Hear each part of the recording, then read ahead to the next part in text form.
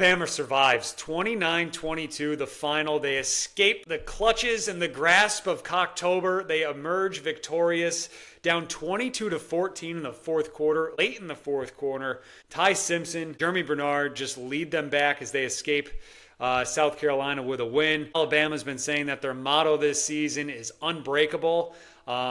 Outside of Tallahassee, Florida, I guess. Yeah. But talk about a Heisman moment, John. Ty Simpson, it feels like he's locked this thing up if Alabama is 11-1 at the end of the year. Like, he is every single week. He's awesome. Leads them back here this one.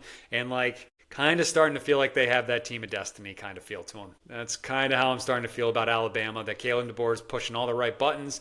They get the timely turnovers on defense when they need to. Can't always rely on that every week, but it just seems like all the pieces are there for Alabama to make a very deep run into the college football.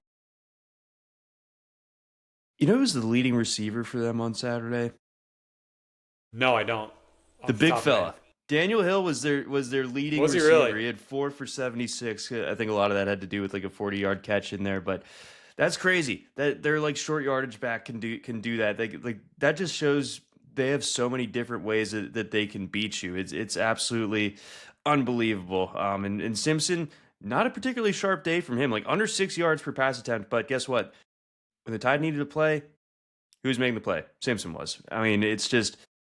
He's as cool as a cucumber. I don't know how he does it. I don't know how he's this poised as a first year starter. I mentioned last week that I think South Carolina is sneakily, like when it's rocking, like one of the trickiest places to play, and especially if you give them a pulse, if you give them a breath of life there, like it becomes like a really intense environment. And Alabama certainly gave South Carolina that. Like I think South Carolina really felt like they were going to win that game at one point, but Alabama seems like they cannot be broken, at least certainly not by this Gamecocks team. So, the Tide roll on. Yeah, they do. So they roll into a bye, and then they got that LSU game at home that we were talking about earlier. It's going to be that kind of bounce back, dead cat bounce spot for LSU. First game with their interim head coach after Brian Kelly has been fired. Then they have Oklahoma at home, I believe. Then they have Eastern Illinois, and then they end things with the Iron Bowl at Jordan-Hare this season, which we know always gets a little wonky when the game is played at Auburn. But if Alabama is not in Atlanta, I think something went horribly wrong in the month of November.